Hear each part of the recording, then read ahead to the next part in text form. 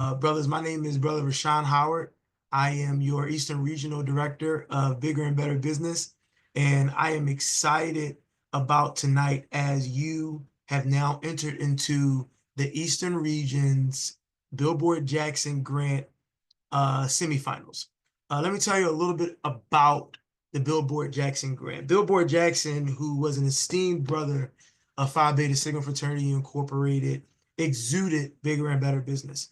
It was a goal of his to mentor those coming up behind him, not just in business, but in professionalism, as during his time, it was a challenge for African Americans to find stable and good jobs.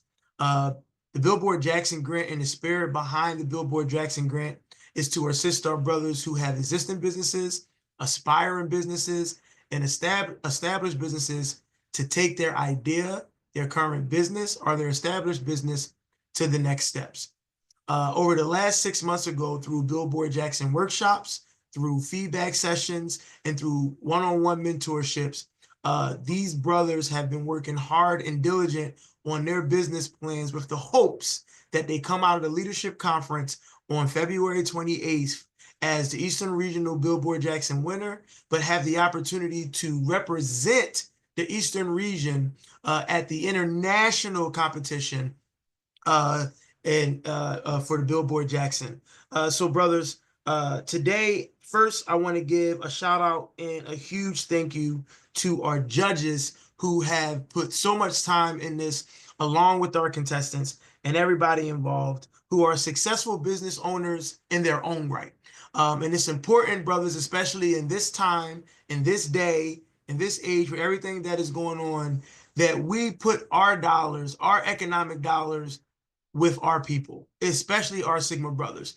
I'm going to plug right now, if you guys haven't been in the blueprint, if you're business owners yourself, I'm going to first suggest that you update your About Me section in the blueprint under Entrepreneur and Business. We now have a Sigma Business directory. It's right in the blueprint, right under the membership directory. It's the third tab. It's the Sigma Business Locator. So not just in your own area, but when you're traveling to other areas, brothers, I implore you to go to the business locator.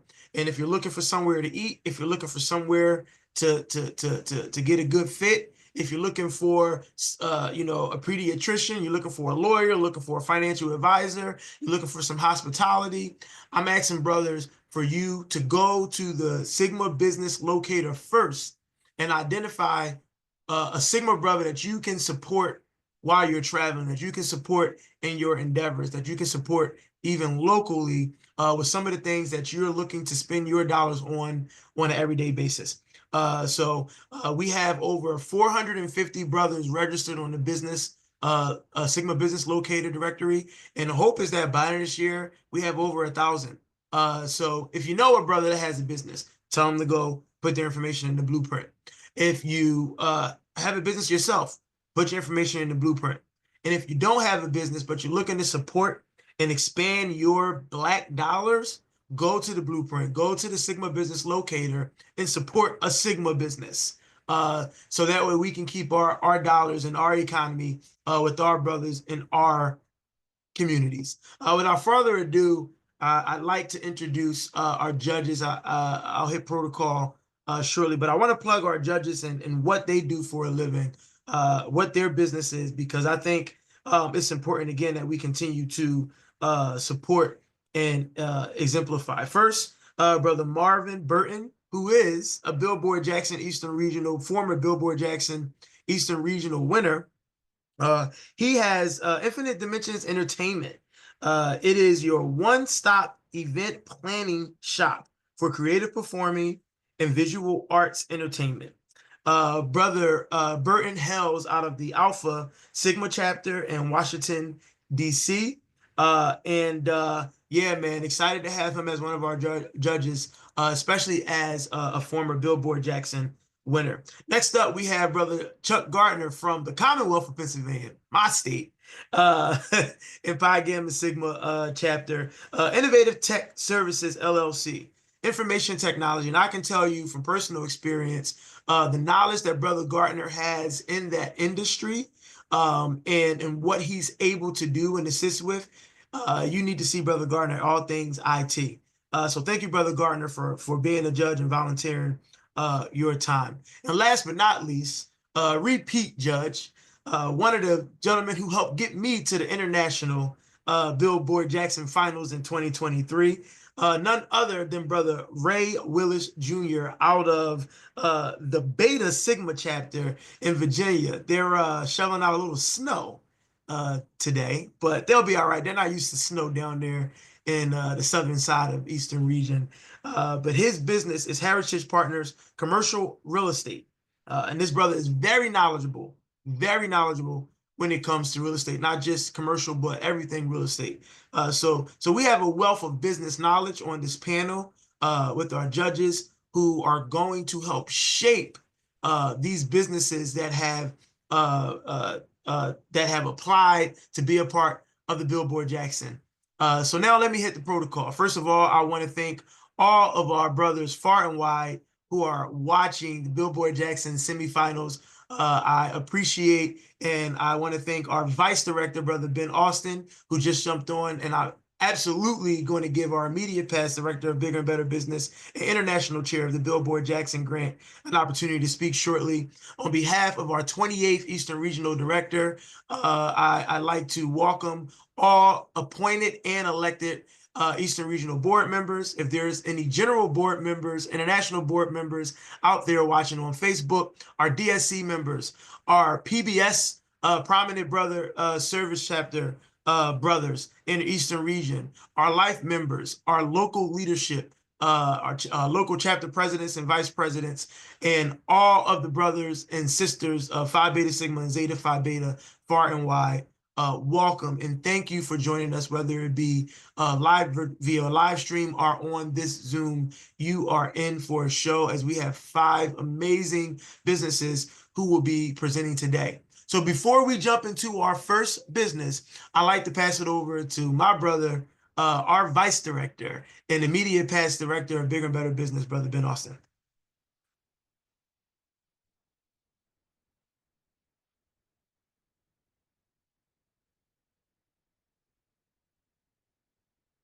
Brother Austin? Oh, he just said he's not able to speak. I got that. But he sends his salutations. So I appreciate you, Brother Austin, for jumping on and joining us today. So here's the agenda, brothers, to our contestants. We have 5 contestants today. The order is going to go Brother Eddie Smith, Brother Rouse, then Brother Price to Brother Johnson, and we're going to end with Brother Lewis. Brothers, you will have 7 minutes, and that is a strict 7 minutes to present your business plans. You will get a 30-second warning, and it's not going to be loud. It's going to be me putting my hand up like this. So keep an eye on my little square as you are presenting, okay? You're going to get a 30-second warning. So at 6 minutes and 30 seconds, I'm going to put my hand up. That doesn't mean stop. That means you have 30 seconds. At 7 minutes and 1 second, I'm going to say, thank you, brother, for your presentation, no matter where you are. Okay? So I apologize in advance for interrupting. But at 7 minutes and 1 second, I will be thanking you for your presentation, and we will be moving on to feedback from the judges or questions that the judges may have. We're going to do 3-minute feedback and questions, so a minute per judge. Where they'll be able to give some feedback or ask additional questions that they may have to kind of help them with the scoring if need be. And then we'll head to the next brother, okay? At the end of the brother speaking, you will not find out who the finalist is tonight, as we will be announcing that on social media and through email, but you will be the first to know whether you're moving forward or not, as you will get a finalist acceptance letter or a letter of, we're going to, mentor you and continue to work with you so you can do better next time letter tonight. That will happen tonight before I lay my head on my pillow. Our team will make sure that those letters go out to all 5 contestants. So you'll know tonight whether or not you'll be moving on. Brothers, this is important. If you are lucky enough to be one of the 2 finalists to present at the leadership conference next Friday, you are going to have an opportunity to take your business plan and refine it. Okay? And we are going to give you until next Thursday evening to refine your business plan. All right? Our judges aren't going to judge it next Thursday or next Friday or next Saturday.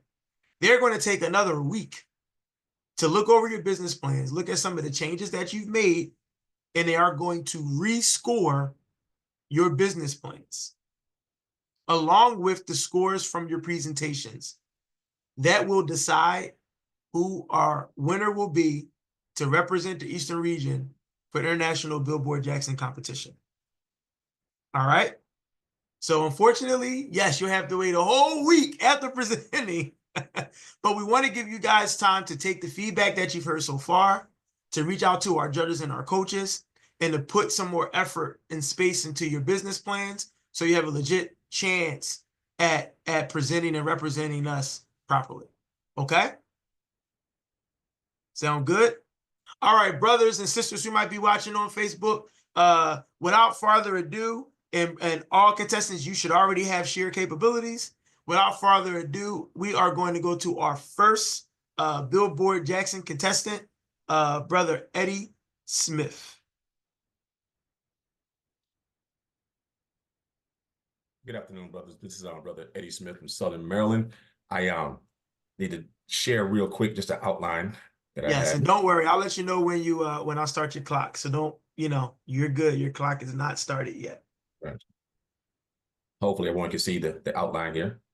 Yep. And Brother Eddie Smith's business is Enduring Life Insurance Solutions. That's the name of his company. That is correct. And now, Brother Smith, you are on the clock. Thank you.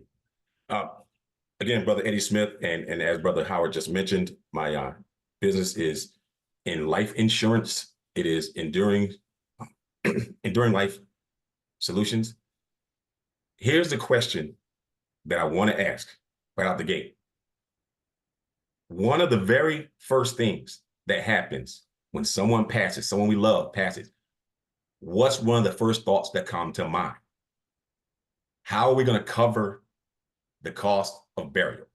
One of the problems in our community, particularly in the Black community, is we don't plan properly for the next phase of life, the going home phase, as you want to call it, right? One of my heartbreaking things is to see when someone passes, a family member on Facebook, on Instagram, whatever, going, the family has set up a GoFundMe to pay for the burial costs. That is a problem. And the problem comes from a lack of education, a lack of access to resources, and then just a lack of planning. So that's where we step in with Enduring Life. We offer a solution. We offer education, customized plans tailored to the needs of our particular client in their moment of need. The main thing is, when we're an independent agency, so we're not locked into a particular offer. We're not State Farm, we're not Allstate. We're an independent agency, so we offer more opportunity to help people from a broad span. Sometimes you can't qualify for insurance through certain carriers. We work with a large number of carriers so that we can provide solutions for pretty much any situation, whether it's credit or health issues or whatever the case may be. A lot of times people cannot qualify for insurance due to the fact that they have some kind of hindrance to their process. So that's where we step in. We work with the client one-on-one, develop a solution that will work both for them and for us. Insurance is a billion-dollar industry. People tend to think the market is saturated because you see all kinds of competition. But if you think about it, when you go to a grocery store, when you look on the bread aisle, you see tons and tons of different types of bread. There's a solution for everybody, and there's something that could be done to help other people. The market is not saturated.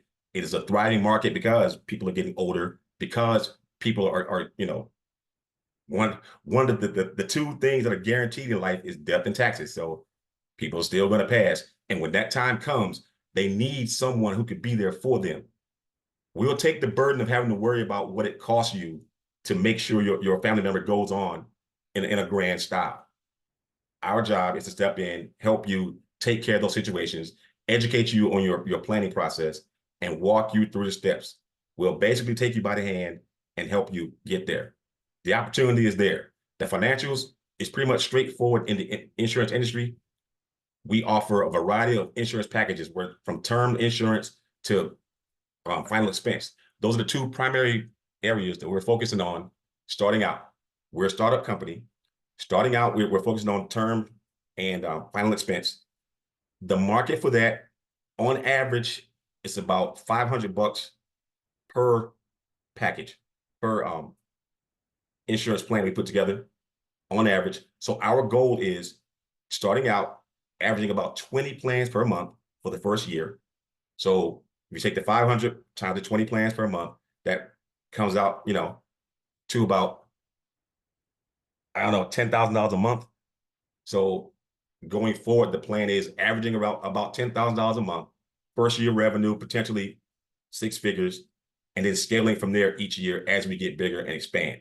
Starting out small, centralized, located in Southern Maryland, eventually taking on other insurance agents and developing an agency from there. So that's the game plan. We offer a solution to people in their time of need. We can impact the community directly in their time of need. And we can also turn a decent profit as a result of it. So going forward, with the assistance of, outside investors, we can scale, we can grow, we can help more people and impact more of the community. And that's where we stand right now with Enduring Life. Moving forward. Any questions? I can't hear you, brother. Of course, because I muted myself. Thank you so much for that presentation, Brother Smith. I will now turn the reins over to our judges, Brother Willis and Brother Gardner, for any feedback or questions you may have.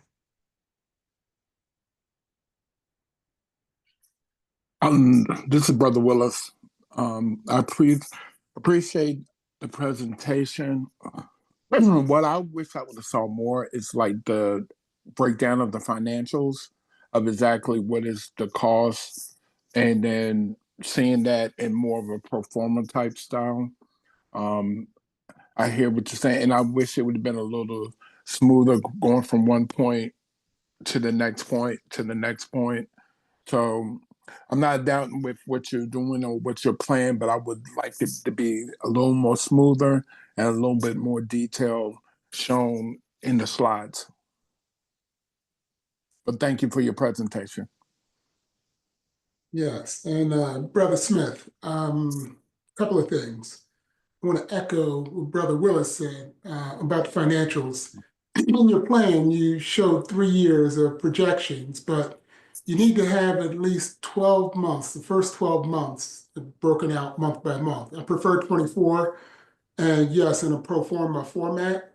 But one thing I didn't hear or read are, what are your credentials? You're asking someone to invest in you. What are your credentials? What have you done in this space? One, and two, with just life insurance lines and no other thought to adding auto or home because they tie together? You're on mute, Brother Smith.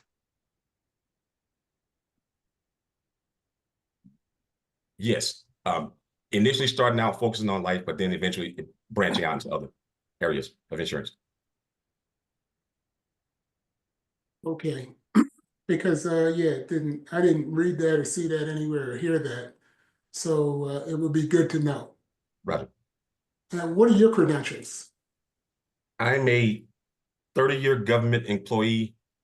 My entire career has been in financial services. I deal with contracts, I deal with vendors, I deal with people, basically dealing with finances. That's my whole background is financial services.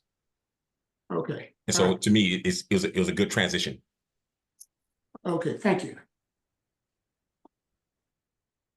Awesome. Thank you, Brother Smith. And Well, thank you. Dr. Rashawn, I have one other question, real Yes, quick. definitely. When you're talking about the life insurance aspect of it, bro, is it just term or are you also doing cash value? Cash value as well. Okay. But my first year focus, I wanted to narrow the focus so I can basically hone my craft. Okay. Thank you. The life and the final expense are the two areas of focus for me. Thank you. Awesome. Thank you, Brother Smith, and thank you for being the courageous person to kick us off. We appreciate you. No problem. Thank you, We brother. absolutely appreciate you. And now we will move on to our next contestant, or our next grant applicant, which is Brother Rouse. Brother Rouse, the name of Brother Rouse's business is Get Started Incorporated. I'm sorry, no, that's that's the wrong brother. My bad. Sorry about that, y'all. Give me a sec. Here we go. My eyes. I hope I'm saying this right. Gilia Mobile Cigar Lounge. Did I say that right, Brother Rouse? Close enough. It's a Gullah Mobile Cigar Lounge. Okay, there we go. So we'll move right in. I'll start right into the name. The name Gullah Mobile Cigar Lounge. The name Gullah comes from where I'm from, North Charleston, from Charleston, South Carolina. So the Gullah Geechee people have, a part of my heart. So I wanted to convey that in my business and name it after them. Awesome. Do you have a presentation, Brother Rouse? I did. It's on my work computer, and I left it there. No problem. I just need to know when to start the clock. So with that being said, you are on the clock, good brother. Okay, again, my name is Stephen Rouse. I'm going to be the owner and operator of Gullah Mobile Cigar Lounge in Albany, New York. I've noticed there was a problem with like at wedding venues or just wedding venues, bachelor parties, things like that. I noticed it was either a cigar roller or something like that. So I always wanted to have like a niche thing where I can come to you wherever you are, birthday parties, where and just pull up with my niche and offer you a nice cigar with sampling with 2 or 3 or 4 hour parties. I offer you a sampler because sometimes people don't know what cigars they like. Like some people might like a harsher cigar more than a lighter cigar. So with that, I offer a sampling of maybe 4 to 5 between the different ranges, and you'll be able to pick what you want. With that bundle, you'll get you choose which ones you want, and you get a stack of 30 cigars to enjoy for those 3 hours. Along with that, you get a coffee service, drink of your choice, and also charcuterie board.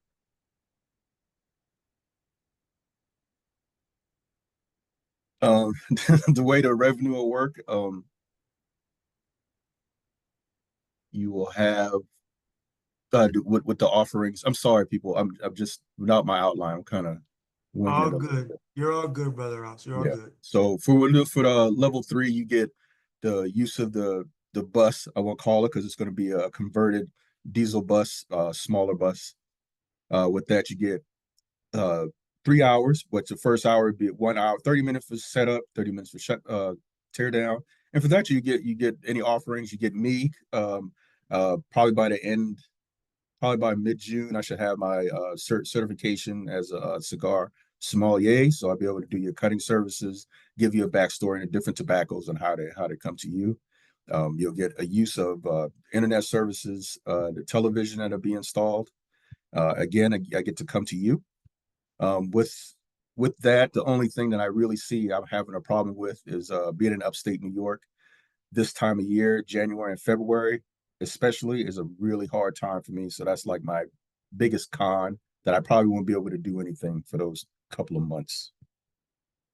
I hope to be profitable within maybe 2 years at the time from build out, promotions, and word of mouth, which would be my biggest thing, is word of mouth, getting my name out there through social media and having people come through. Yeah, and that's about what I got to do. So again, I'm sorry for not having my outline. I hope everybody had a copy of my business plan in front of them so they can read up onto it. And that's me. Have any questions? Awesome. Brother Rouse, thank you so much for your presentation. I am now going to pass the mic to our judges, Brother Chuck Gardner and Brother Raymond Willis, for feedback and questions. Yeah, I have a question.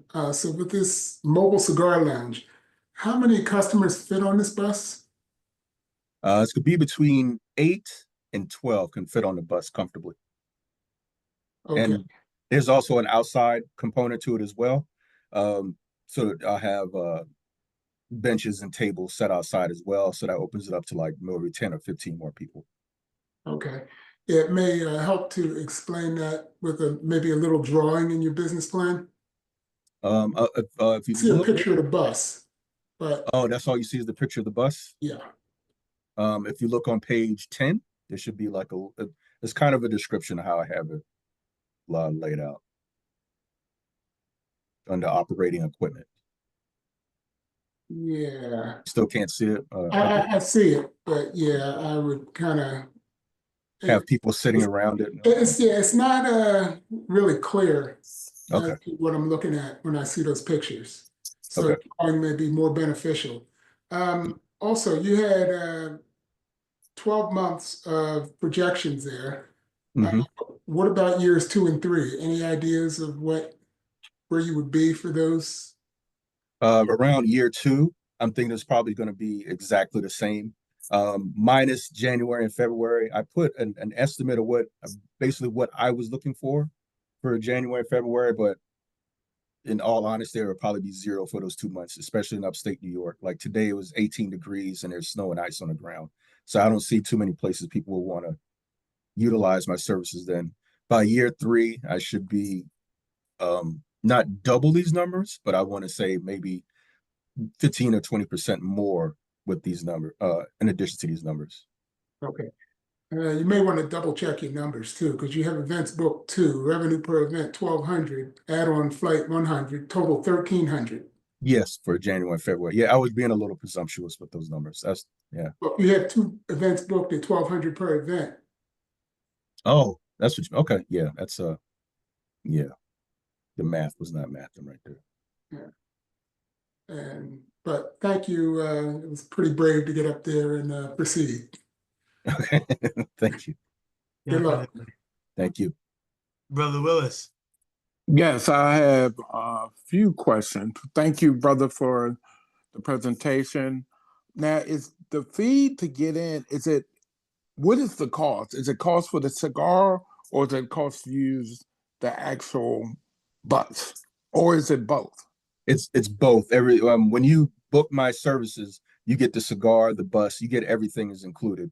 There are some additional add-ons, like if you want beer or wine, that's an additional fee. The sampler is an additional fee if you want those, but the initial service is you get everything and a bundle of cigars for $600 to $800. Now let me ask you this, because I'm a cigar smoker. Okay. Are they premium cigars? I know if you say it's a bundle, now, Mhm. is it a bundle? What type of cigars there are, or will you have a choice? Because I smoke a certain kind, and if it's not that kind, I'm gonna have a problem. So, Now, especially with what I'm spending. premium cigars are offered, but the ones that I'm offering, they're just like your generic cigars that come out. And normally, what is your cost for your cigars? I'm If it's trying premium, for premiums. yes. Oh, premium is going to be between 13 and 15, somewhere around in there. And for like basically hand rolls, there's a company in Tampa I'm trying to go through, and they're going to give me each for about $4 to $5 a piece for cigars. So they're probably like factory smokes is what they're going to be. Okay. And also, what is the competition in your area, or are you going to be traveling to different areas? Or are you going to stay upstate New York? I have a 30-mile radius is what I'm looking to do. So if you're not familiar with it, but I'm in like Albany is upstate New York. So anywhere 30 miles around there, I'll go. But I have no competition. Within the nearest one is in Long Island. Okay. And the last question I had was your background, Yes. and I wanted to know what's your background in this area? Well, I'm a United States Navy vet. So smoking cigars with a bunch of Navy people got me started. And just through personal knowledge and doing research and on different cigars, that's how I got into it. And I'm also trying to finish a tobacconist school class with certificate, and makes me like a sommelier so I can be more conscious of what everybody smokes and the different flavors. Okay. Well, thank you very much. I appreciate you, brother. I appreciate your presentation. Thank you. We appreciate you, Brother Rouse.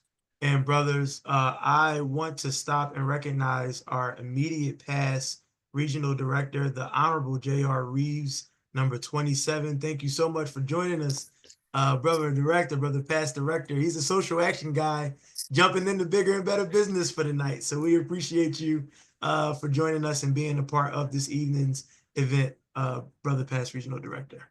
Appreciate the recognition, good brother. Wouldn't miss it for you and for the contestants. Congratulations all. If I can help you in any way, just let me know. Definitely. Definitely. Awesome. Awesome. All right. Thank you so much again, Brother Rouse. And now I jumped the gun a little bit. We're going to move forward to Brother Price. Brother Price's business is Get Started Incorporated. I hope you have a presentation because it's your logo that made me jump the gun. I got that thing sitting on my third monitor. Brother Price, without further ado, do you have a presentation that you need to load up? Would you mind just sharing the logo? Because I'm, for whatever reason, my laptop is not working, so I'm on the call with my phone. Okay. Do you have a presentation you need to send to me? No, the Okay. logo is enough because it speaks to exactly what I need to speak to. Okay. Give me a second. Yeah.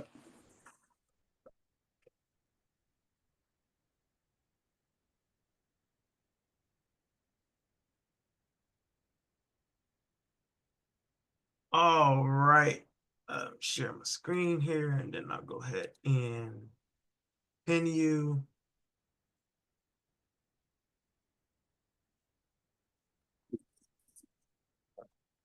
Yeah, that's perfect. All right, there you go. All right. You're on the clock, brother. All right. Good evening, good brothers. I appreciate your time. My name is Gerald Price Jr., and I'm here in Providence, Rhode Island, Providence chapter Pi Beta Sigma Fraternity Incorporated. My company is Get Started Inc., and the mission of Get Started Inc. is to empower the next generation of entrepreneurs, influence particularly college and collegiate students and student athletes. What got me into this idea was I'm an adjunct college professor of business and entrepreneurship. And a couple of years, I had the opportunity to not only teach a class of freshman students, but also a class of upperclassmen. And the one thing that I realized in our colleges and universities is the information, there's a gap between the information. And I know this from being an entrepreneur since I was 10 years old. There's a gap between how we do business and how our counterparts do business. And so what I currently do now is I'm a fund manager. I have a private equity fund. I'm a real estate investor. I purchase and syndicate multifamily and single family real estate. I've been doing that for 16 and a half years. And also have an MBA in digital entrepreneurship.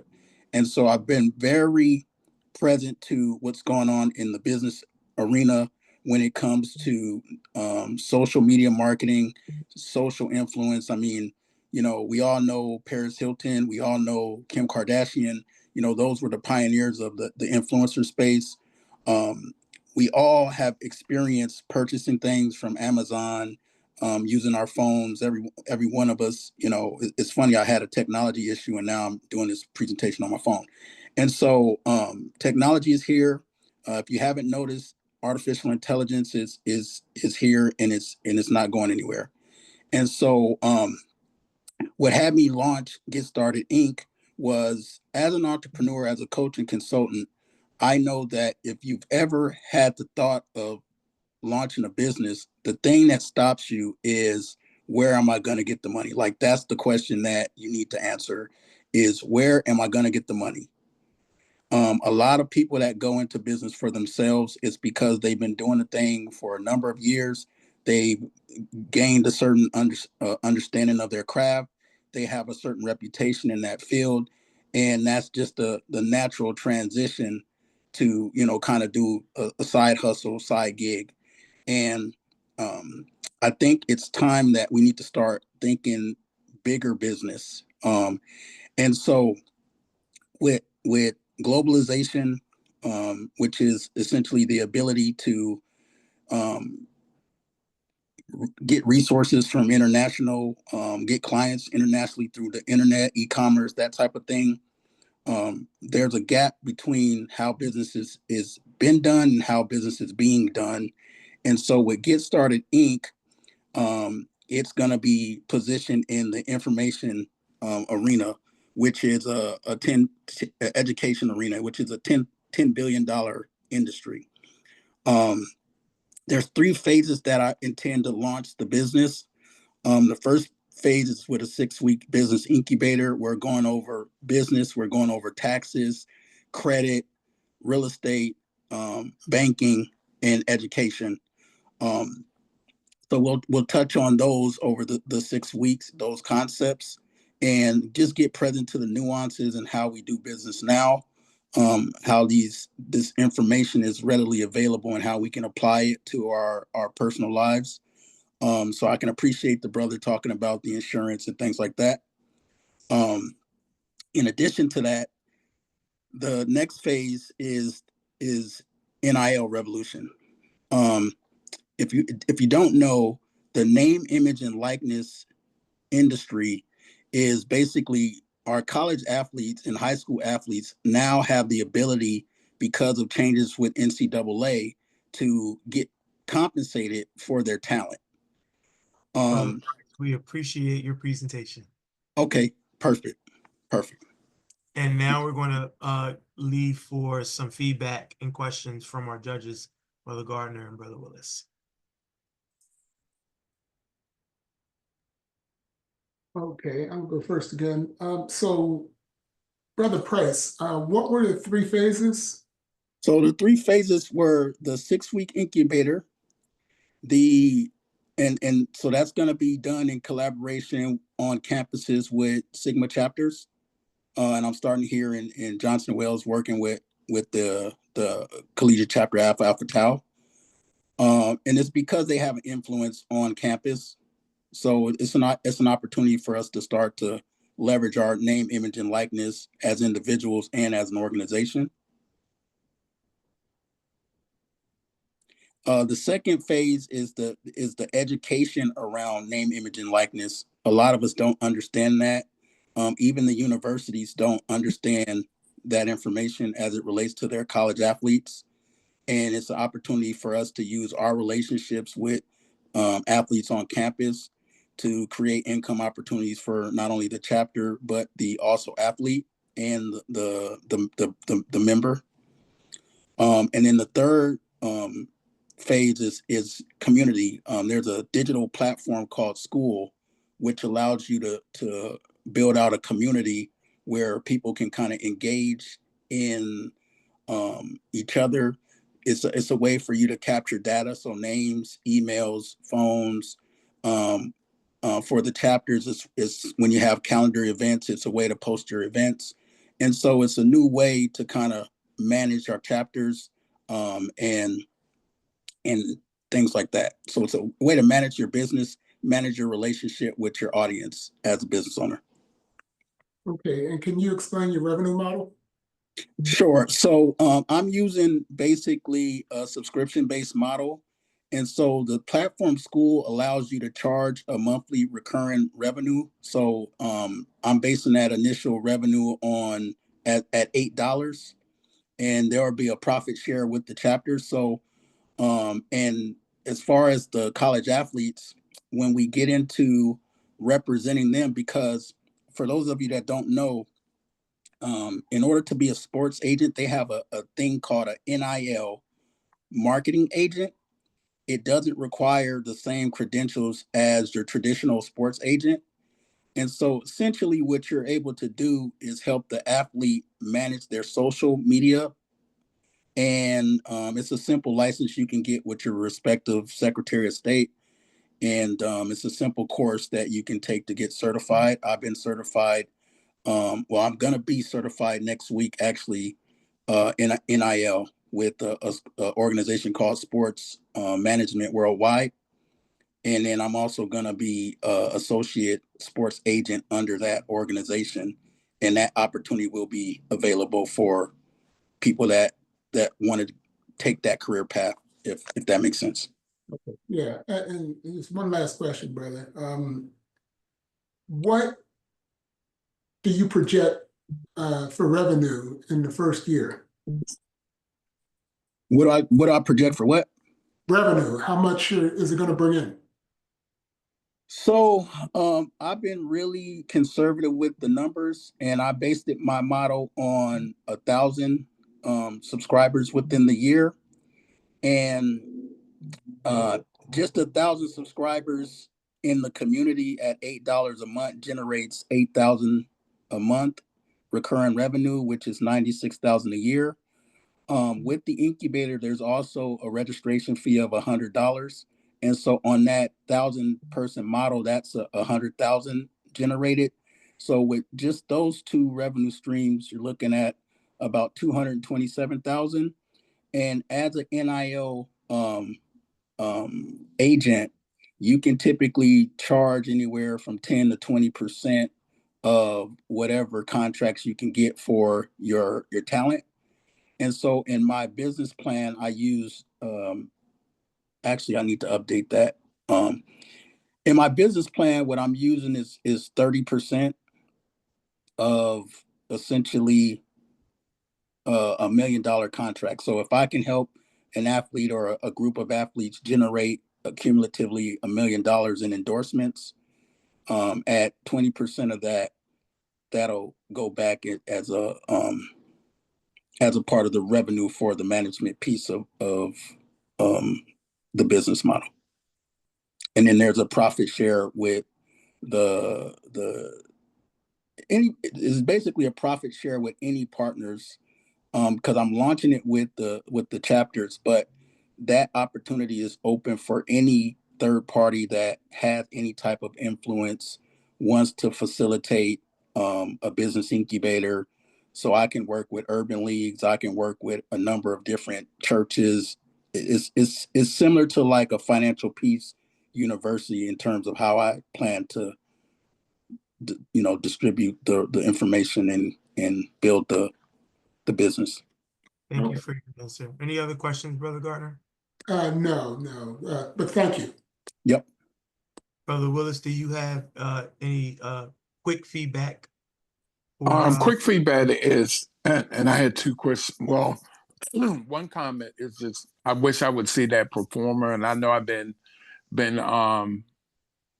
really pushing that, but that really, when you see it and see it in writing, it really helps with making the decision. But here's my question.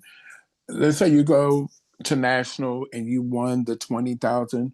What would be your uses in reference to your business?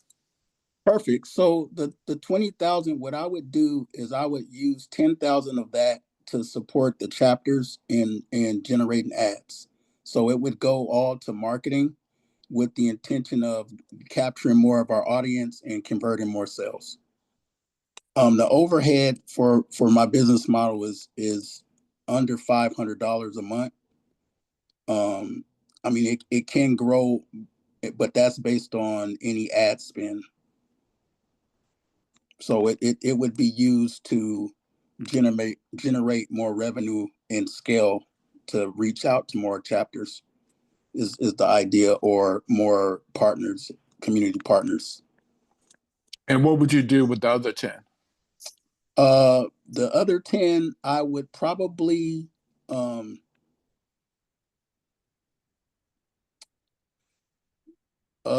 other 10, I would probably keep it in reserves just for trainings and networking, things like that, because a lot of what I do for my general business in terms of fundraising, it's going to be a lot of face-to-face stuff, getting in different conferences, things like that, traveling to support some of these chapters with actually hosting the incubator, things like that.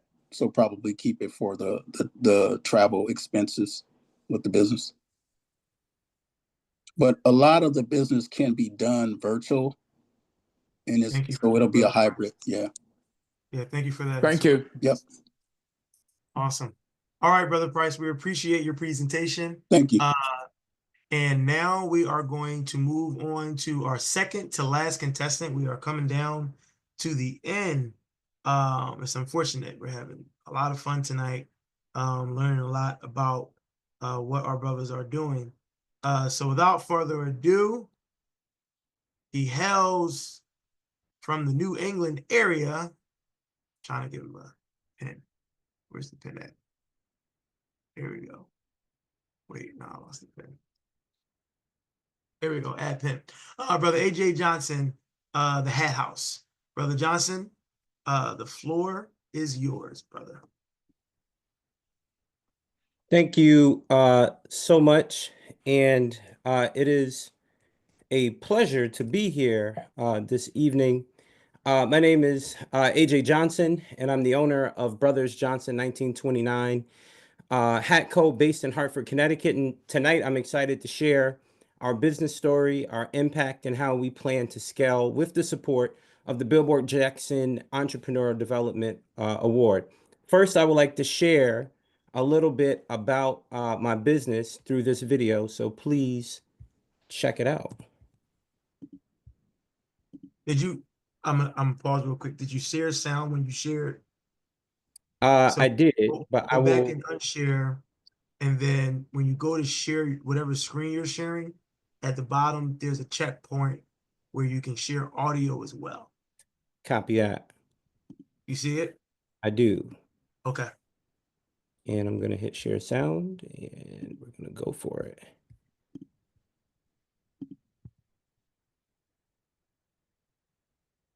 All right, let me know if you hear what I got going on here. The 1929 Hat Company pays tributes to its founders' Thumbs up. heritage while supporting You're the good. community today. And you may recognize one of those founders who says this new endeavor is an important way of really investing in the capital city. It's this week's Connecticut in Color. My hope for this space is that if you are to drive past downtown Hartford, drive through Albany Avenue, or drive through Farmington Avenue to get to this distinct location, that you come to a place that gives you pride, that gives you a feel of, man, something really, really awesome is in Hartford. For AJ Johnson, fighting for the future of Hartford has been his way of life for years. The pastor and community activist grew up here, and now he's putting another stamp on this neighborhood with the Hat House on Garden Street, the brick and mortar storefront for the business he started in 2018. Brothers Johnson 1929 Hat Company is based off of the principles of our family: strength, loyalty, and distinction. This was based on my father, Dr. William Johnson, a man of distinction, a man who was loyal not only to his community, but to his family. He wore many hats in the community. Inside this tribute to family and community, starting this weekend, customers can shop a variety of hats from the classic to contemporary, along with accessories like socks and ties, even cigars. We want to bring back the class of hats, bring back the gentleman spirit, bring back a spirit of authenticity and distinction. It's something Johnson says is an extension of his work to make Hartford a better place. There's a sentiment that, Hartford doesn't have anything good. Well, it only doesn't have anything good if we allow folks from other spaces to come and tell us what's good. This good thing is a family affair. The other brother in Brothers Johnson is Miles Johnson, who now lives in Italy, but says he wants this store to send the message that anything is possible no matter where you start. I hope it will plant a seed that others can say, okay, we can get it done, that we can do it, whatever it is. Both brothers say this store is only a reality because of Melinda Johnson, AJ's wife. She manages the day-to-day and says this is all about something much bigger than fashion. Economic success is very important to justice work, and some of the heritage and reconciliation that takes place in our own family is in being able to own our own space and find a means of producing our own income independently. My hope is that you come and you feel the vibrancy of something that is unique and something that you only see in a West Hartford or a Farmington Arlington or West Farms. We wanted to build that here on Garden Street in Hartford. You can see the Hat House for yourself this Saturday. And I'll stop it there, and I'm going to bring back up my my PowerPoint here. Can everyone see my PowerPoint? Not yet. Not yet. All right. So my apologies. This technology thing is It's up. You just got to give it a minute. Reshare it and then come back. Just give it a second to load. copy that.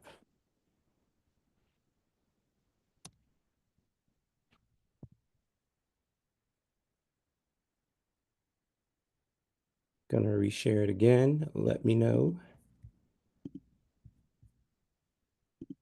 if you see it. You're back up. You're good. All right. How about that? Can you see that? Yep. And it's okay. All right. I'm gonna move this swiftly from this point. So the Hat House opened in October 2023 at 213 Garden Street in Hartford. We are the only Black-owned hat store in New England. And 1 year and 6 months later, from our grand opening, I'm excited to share our plans for expansion and deepen impact with the support of the Billboard Jackson Award. Our products. As featured in the video, our products range from everyday luxury accessories. The hat industry is valued at $15 billion annually, and our focus, reworked classic styles like fedoras, panamas, bolas, and we have limited competition. Only one other store in Connecticut and none other in Greater Hartford. The only Black-owned hat business of its kind in New England. And we cater to diverse clientele from professionals to urban influencers. Our competitive edge. We do hat repair and customization. We have no regional competitors in Hartford offering this service. Our competitive edge is diverse and exclusive offerings. Unlike lids that you see in the mall or Delmonico hats in New Haven, which is our other competitor, we offer in-person experiences, repairs, and collaborative designs. Our other competitive edge is community integration. We're more than just a store. We are a cultural hub supporting local businesses and creatives. Rooted in the heart of Connecticut, a true gem of Hartford, we provide a unique, intimately scaled experience, a vibrant community space for entertainment, including live music, open mics, and author readings. And our customer profiles. So I've broken our customer profiles into fake names. Bryce, which is 40% of our sales. Middle-aged professional of color, values fashion, shops frequently, engages on social media. Steph, which is 15% of our sales. He's a traveler, seasonal shopper looking for quality and gift options. Steven, which is 20% of our sales. Is urban fashionado, right? Social media influencer, frequently attends events on the weekends, and 25% of sales goes to organizations, right? Teams, businesses, colleges, social groups seeking custom hats. Our monthly financial obligations is very clear. Currently, our overhead is manageable. Our store is only 550 square feet. And our average monthly obligations are around $3,345. Our average monthly inventory expenditures, our monthly inventory ranges based on retail seasons. So it can go up or go down with the season and climate. But on average, our monthly expenditures are around $1,762. Our gross. Thank you, Brother Johnson, for your presentation. Thank you so much. Now I will bring back our judges for the final time tonight for individual feedback. Well, no, second to last time. Sorry, Wes. Brother Chuck Gardner and Brother Raymond Willis. Brother Johnson, how are you? I am well. I am nervous but excited at the same time. Y'all hard group, brother. I'm telling you, hard crowd, hard crowd. You know, when I saw you down at Crab Feast, first thing I noticed was your hat. And, Yes, sir. And we talked about it. But let me ask you this. If you were to win this, what would you use the winnings for? I'm going to bring back up this slide because I was expecting this question and I worked really hard on it. So I'm going to bring it back up.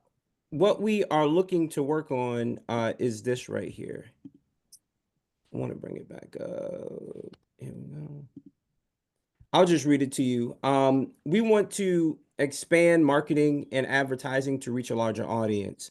Our business is based, we specifically and intentionally based our business in a Black community because we wanted to recycle the black dollar and be lead in our community in that way. But we also want to reach different demographics. So a lot of that is not dinner. our goal is to reach other markets and reach other demographics. I want to invest in equipment to scale our hat repair and embroidery services. I want to get an embroidering machine. That's like the second step. As I said, we compete with lids. Like we're not a direct in competition with lids, but we can scale into that market by embroidering hats the same way lids does in different items. So I want to purchase an embroidering machine to compete and diversify. The next thing I want to spend the Billboard Jackson Award on is enhance our storefront and event space to host more community-driven events and strengthen our e-commerce capabilities for our nationwide reach. Okay, yeah, thank you. You connected my other question that I really had in the back of my mind, because in your business plan, you talked about embroidering. But great job. Thank you. Thank you. Brother Johnson, how are you today? I am well, getting better all the time. All right, I'm gonna ask you, like we talked before, on the financial side. Let's say starting next year, what do you project your gross profit and what do you project your net profit to be? Well, our gross annual income at this particular time is around it's based between, so we started our actual storefront business in 2024. And so the numbers jumped because in 2023 we didn't have a storefront. We were just doing, the mall and different things like that. So at this point, I can honestly say our gross annual income is around $65,000. What I would project, moving forward, I would have to do those numbers and I really would have to get back to you because I just hadn't had a moment to just project what I would like to see. So I apologize about that. But see, that's what I wanted to get across. You look at this, and this is for everyone, as we're the check writers, we're the bank, we're the investor. And that's one thing we're going to want to see and know, not only what you're doing currently, but what you're projecting for the next few years when it comes to gross revenues, expenses, to get what the net revenue is going to be. So that's why I asked that question. I see where you're going, like the video, like that you're getting the coverage, but when it comes to the nuts and bolts of everything, that's what an investor, a bank, private equity, hedge fund, VC, like Brother Gardner, that's what we're looking at. We want to know exactly. We see the nice, pretty, but we want to know really what the bottom line is, the bottom line, and know those numbers. Yeah, copy that. And so I want to bring this up. Just I didn't get a chance to get to it, but our gross income in comparison, again, we just had a brick. We're going into our second year of our brick and mortar, and so that's what makes it challenging because the baseline data that we have from 2003 to 2004 doesn't provide me an opportunity to project going, we're in our second year of our brick and mortar space. So it just makes it a little complicated to project where we are because we're still going through the bumps and bruises. But certainly through this process, I look forward to your guidance and all the judges' guidance on how we get there. But I just want to be clear, we're going into our second year and we started in the fourth quarter of last year. So, we wisely started in the fourth quarter of last year because what we knew, according to this graphic, is that's our best year because it's Christmas, people are buying, so forth and so on. So I just wanted to lift that up. Thank you so much for that. Thank you. That's what this program is all about. Growth and understanding, and I know there will be more coaching opportunities for all of our contestants who presented today, to kind of help get through some of those barriers of understanding. Any additional feedback or questions from our judges before we move on? All right. All right. Well, last but not least, we have Brother Wes Lewis from Hex 5 Digital, who will be giving us our final presentation of the evening. Let me go pin Brother. Brother Director, are you able to see my screen? Yes, I can see the screen. And if you're ready, we're ready. Hey, I think we're good to go. All right. So, Okay. good evening, judges, brothers in attendance. It's my privilege to introduce to you Hex 5 Digital. We are a proud Prince George's County, Maryland, IT-based and management consulting firm. We were established in 2022, but right now we're in our first full year of dedicated focus. So we're minority-owned, disadvantaged small Brother business. Lewis, I'm going to stop you only because you have some feedback, and I want to make sure that you have the best opportunity of presenting yourself and your business. So let's try to get that going. I did stop the clock at 6:30. Let's do a quick test. Change something around there and talk to us, and let's see if it sounds better. How about now? No. No? You have a microphone you can change, maybe? Go to a different Yeah, I'm mic. trying to change it now. Let's see, microphone. Oh, you know what? Let's. How about now? Say a little more. How about now? Yeah, what do you think, Brother Gardner? That's better? Not really. I did hear some echo, but Is it possible someone might not be on mute? I'm not sure if it's coming from me. I haven't had this issue before. No, everybody's on mute but myself at this point. We're gonna go with it. We're gonna work through this presentation for you, Brother Lewis. Okay. Awesome. Thank you. No problem. All right, so I'm Brother Wes Lewis. I hail from Zeta Chi Sigma in gorgeous Prince George's County, Maryland. I am Hex 5's founder, CEO, and principal consultant. I am a seasoned, experienced designer, agile coach, and management consultant. What you're seeing here is the exact moment where I declared my intentions publicly to become a full-time business owner back in May 2024.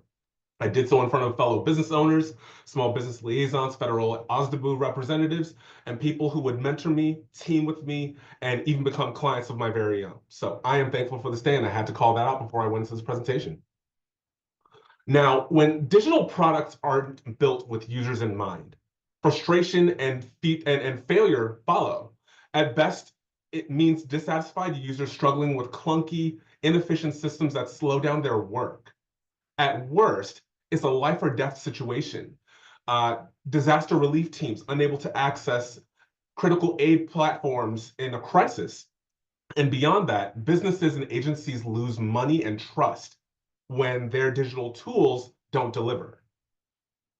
When siloed teams build digital products, agile fails, timelines slip, features become obsolete due to prolonged rollout, and stressed project managers struggle to align disconnected teams. And what happens? Again, you have frustrated, confused users, sometimes citizens, dealing with a product that doesn't work as intended. Without true collaboration, true organizational agility is just a buzzword. AI can't fix this. Artificial intelligence enhances but can't fix user experience or agile failures. It can analyze data and it can automate tasks, but there is no algorithm that can replace the human-centered design process or real-world empathy. With 15 years of experience supporting 12 plus federal agencies, Hex 5 Digital bridges the gap between modernization, accessibility, and agile transformation. While state and federal government agencies are our primary target clients, we also serve nonprofits and commercial organizations optimizing their digital and operational strategies. We specialize in user experience design, accessibility, conformance and remediation, and digital transformation, ensuring user-friendly, efficient solutions. Our agile-driven management consulting enhances operations, market strategies, and scalability. And we also provide private certification training for Brother full-scale Lewis, agile certification. Yes. you're doing excellent, but it's getting worse for us. Oh man, It's a really? shame because you're doing a good job. Where maybe you can log in audio from your phone Yeah, let me and try. completely cut audio. We'll give you the time. Relax your nerves. It's perfectly fine.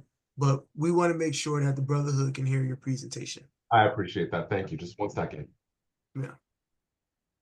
Get the audio. Oh, you hear him fine then? Brother Gardner, is it Let me? me say, it may be you, bro. This is Brother Willis. Keep it going. Yeah, it Keep might be you, going. Rashawn. I hear him very fine. No Yeah, echo, Okay, keep well nothing. then it, my apologies, Brother Lewis. Keep going. keep it If the moving. Brotherhood can hear you, then rock and roll. My No, apologies. no worries at all. I appreciate the consideration. So yeah, we offer private certification training for 4 scaled agile certifications, and that equips teams to adopt and scale agile effectively. We're positioned in a market with consistent demand, even as federal reform efforts currently aim to cut contracts and weaken programs like the 8A program, which we were strategically eyeing and continue to do so. Over $187 million were spent in 2024 alone by our target agencies, DHS, the Treasury, and Department of Labor on digital modernization and agile transformation. That's information publicly available through USA Spending, and this is where we excel. More than 8,500 website accessibility lawsuits were filed last year. And this proves that compliance and usability remain major gaps that agencies and businesses cannot afford to ignore.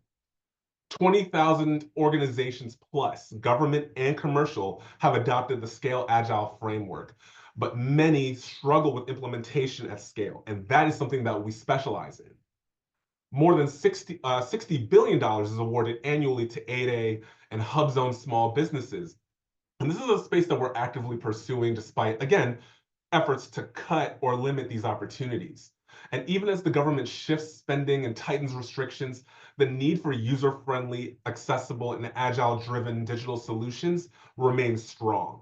And Hex 5 is built to meet that demand. This revenue projection is exceptionally conservative, and it doesn't account for potential large influxes from major contract wins. Hex 5 Digital is in its early growth phase, but we are already securing subcontracting opportunities. Earlier this month, after months on the grind, Hex 5 was recently notified that we were part of a 3-company win of a Baltimore City IT award alongside Prime Expert Tribe. This is a $2.3 million contract over 2 years.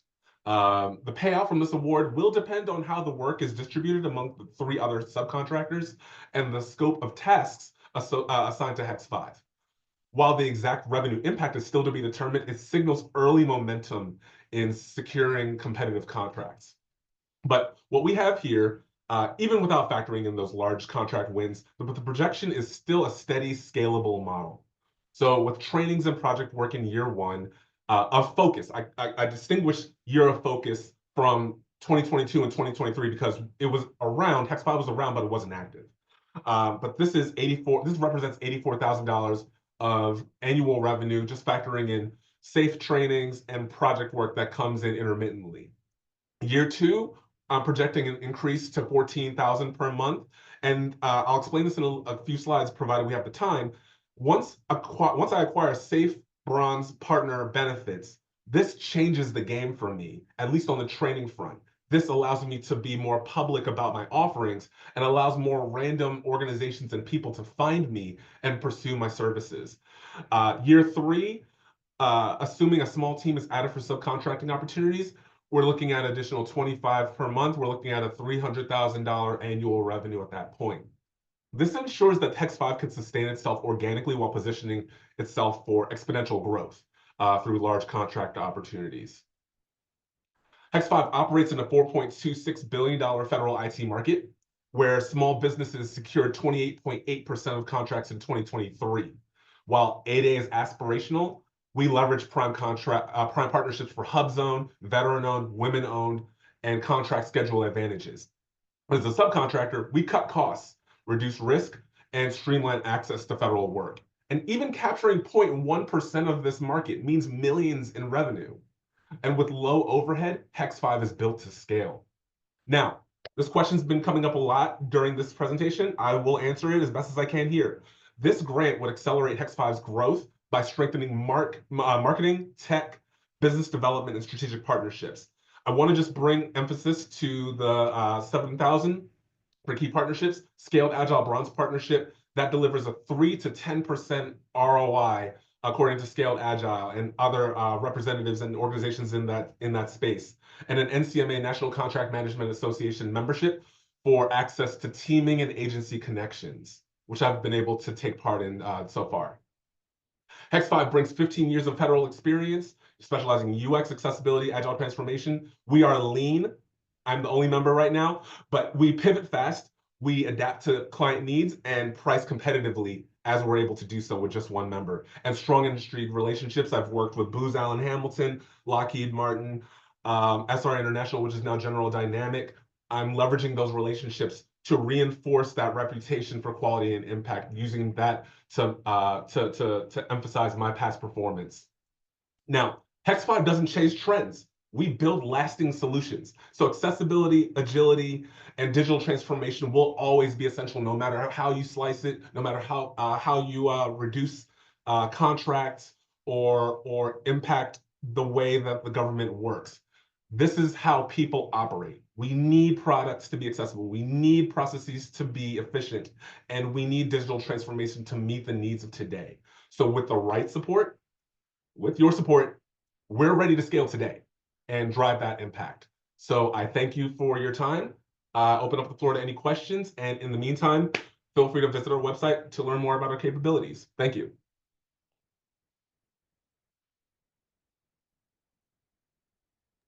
I appreciate your presentation, Brother Lewis. And again, let me apologize. It was found that it was my speakers. I am the culprit. My apologies. But you worked through that. You worked through that. So, barriers and challenges, right? So my absolute apologies. I now open the floor to our esteemed judges, Brother Chuck Gardner and Brother Raymond Willis. Brother Lewis, how are you? I'm doing well, brother. How are you? Well. So yeah, you mentioned AI and it not being really able to do heuristics, but I'm telling you, generative AI for heuristics is on the way. So in your business plan, I didn't notice that as a threat. I don't perceive it as a threat. And I appreciate you calling that out. I don't perceive it as a threat. The reason being, AI for certain roles, certain functions, yes, it can essentially reduce the need to rely on an individual or a team. But in the work that I do, when we're talking about, so heuristics is just one piece of human-centered design. That's really when you're just looking at a website's ability to conform to best practices, design standards, and that is something that AI can do. But when we talk about empathy, when we talk about the very start of the design thinking process, what is the actual problem that we are trying to solve? When you go to, and I cited a disaster survivor, or maybe I cut it out for time, but basically consider the case of a single mother. She lost her home in a tornado, and she has to file for federal assistance. I was a part of the team that built out disasterassistance.gov through FEMA and Department of Labor. Now, understanding what that journey is for that single mother, what they have to deal with, lugging a child around, trying to find forms, coming up against roadblocks, right? These are parts of the experience that AI on its own cannot garner. You can take all of the insights, you can take all of the thousands of sticky notes and transcribed interviews and plug it in and have it sort. it can sort and analyze and come up with the insights from those interactions and from those data points. But empathy, AI is not generated, it's not built to address that. That is an inherent human ability. And I look at AI as an enabler. It helps to make things more efficient. And you will sleep better at night when you have this mindset where artificial intelligence can help make things more efficient, and especially as a team of one, I leverage it quite often to get through my daily processing. I hope that makes sense. I hope that answers your question. All right, yes, thanks. And I will tell you you may want to list it as a threat and as an example, as I'm very familiar with generative AI. Yep. Ask it a question and then ask it the same question and add on as though my life depended on it. You will get a different answer. And Understood. and then after it gives you your response, ask it how it came up with that answer. Right. So You yeah, can list it as a threat. absolutely. I will consider that for sure. And to that point, don't want to take up too much time. Okay, understood. One more question. Yes. With regards to the Baltimore contract, Yes. how do you plan to scale up? Is it through subcontracting, or are you gonna? So yes, I myself am a sub. Now I do have a bench. It's really it's a network of designers, developers, and testers and agile coaches that I've built up. I'd say over the past maybe 5 or so months, going to industry networking events, and then tech right now is suffering from just too many not enough opportunities, too many people, and the recent activity in Washington is not making it any better. But I do have this list. They've been vetted, at least from a skills perspective. Granted, you have to look into other things like clearances and the ability, reliability, things like that. There are some folks who have been elevated as I've worked with them in the past. But to answer your question shortly, yes, I do have the ability to scale. But right now, we're still just getting the specifics down and understanding how work is going to be distributed. I may not need to scale right now, but I am prepared to do it so needed. Yeah, just a word of warning, Yes. business is easy, people mess it up. Oh yeah, absolutely. I'll add that as a threat. I do appreciate that. Thank you. Sure. Brother Willis.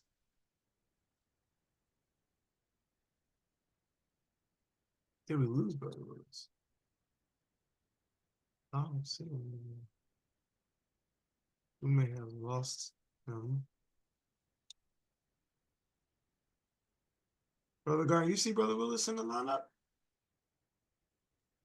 Do not. Okay, so we may have lost. Technology. Good thing the finals is live. We don't have to deal with none of this technology. I can ask more questions if you like. Yes, you got Brother Willis's 2 minutes. Love it. Go ahead, Brother Gardner. Okay. Where did you get your pricing model? So I leverage cost plus. I'm basically just calculating the cost of providing a service, time, resources. Since it's largely service, not really needing anything else to not really needing a lot to help me deliver services. But I did use GSA by. I did use industry standards for agile consulting and coaching. I think according to GSA by, I was looking at around $221 an hour. And that's based on my experience, my education, years. I forget the other factor, but they give you kind of like an average of what other consulting organizations are charging. I am right on the edge of that average. For UX and accessibility design, the range is from $77 to about $200 an hour. And then training and workshops, that all depends on, it largely depends on how many people I have in the class and what I'm training. So for example, for scaled agile, you need 150 just to get the license per person. So I factor that into my price. And then If I need a space, I factor that into the price as well. And then just my time, I typically go by the 200 or so an hour per person. So that's how I come up with that pricing. I hope that makes sense, and I hope that answers your question. All right, yeah, it does. Thanks. I thought you were a little low, actually. I probably am. Period. I'm trying to gain past performance. That's been an impediment for me. Just getting past performance that's not reliant on my time at Booz Allen and other consulting organizations. So with this win with Baltimore IT, I get to claim that as well as my trainings. And once I am able to get access to the gold package, the bronze scaled agile partner package, I will be able to then increase my pricing. And then coupled with the increased frequency of my trainings, I see that growing very quickly. Yeah, I saw the 10x. Willis, we lost you, so I gave Brother Gardner your time, but you helped too much for me to just pass by you. So even you're back, so I'll give you a minute. The presentation was good. The background was noted. Had a little performer. Only thing I would say is just add the aspect on the expenses part. I saw the growth part, but good report. Good. We understand your knowledge of the industry.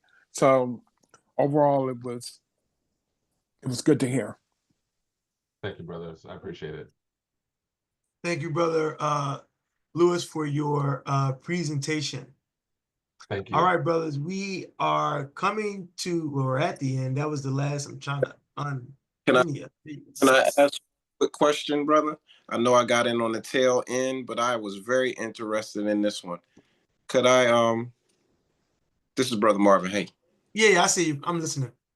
Okay. Oh, so I just had a quick question. Brother Lewis, what's up, man? How are you, man? I'm doing well, brother. How are you? I'm good. I can't complain. I'm sorry, brothers. I was presiding over the MPHC meeting. As you all know, I'm the president of DC's MPHC. So my only question would be, and I challenged all of the other brothers on our last call during the week to ensure that there is of course, I know the brothers are not specifically asking for an incentive for the fraternity, but the larger scope of how would this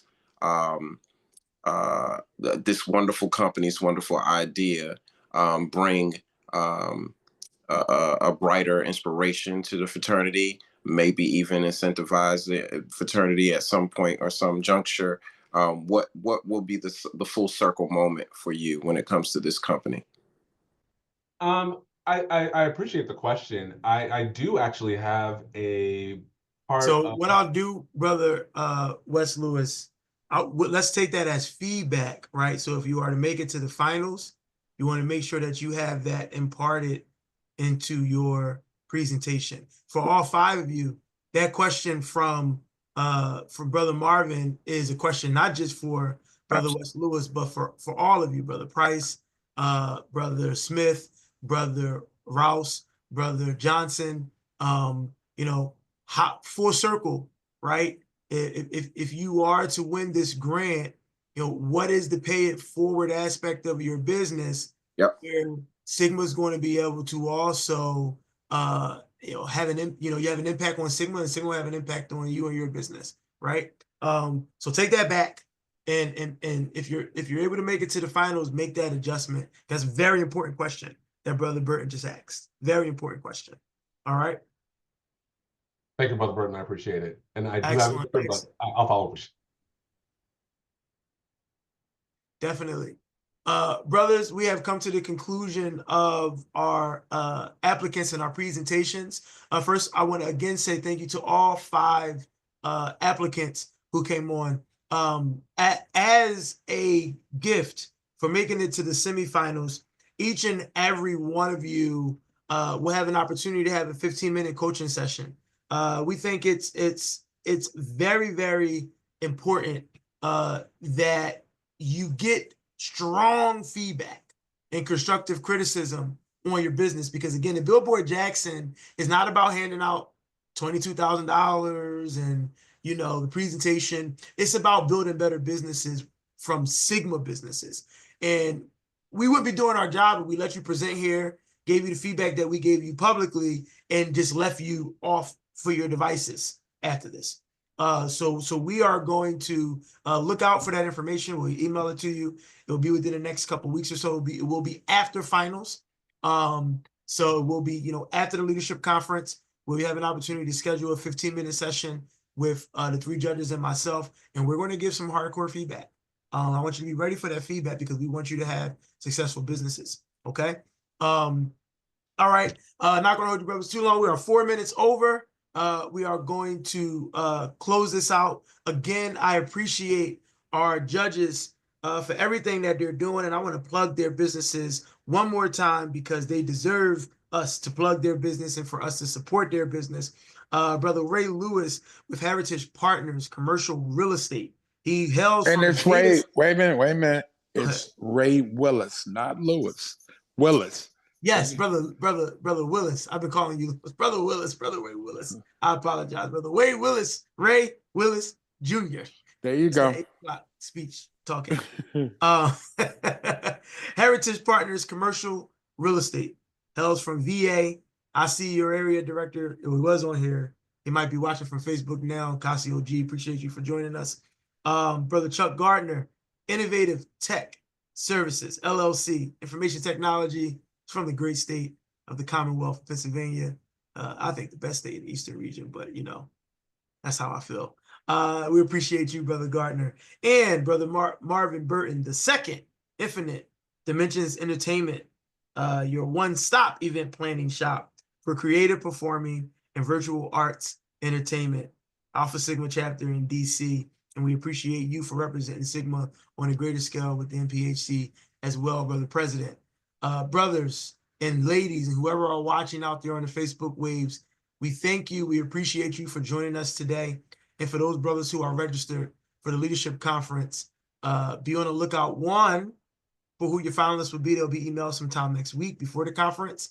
And we look forward to seeing you support these brothers during the finals at the leadership conference on Friday afternoon. Brothers, we appreciate you. Enjoy the rest of your night. Enjoy the rest of your week. And go Mob. Thanks a lot, brothers. Have a good night.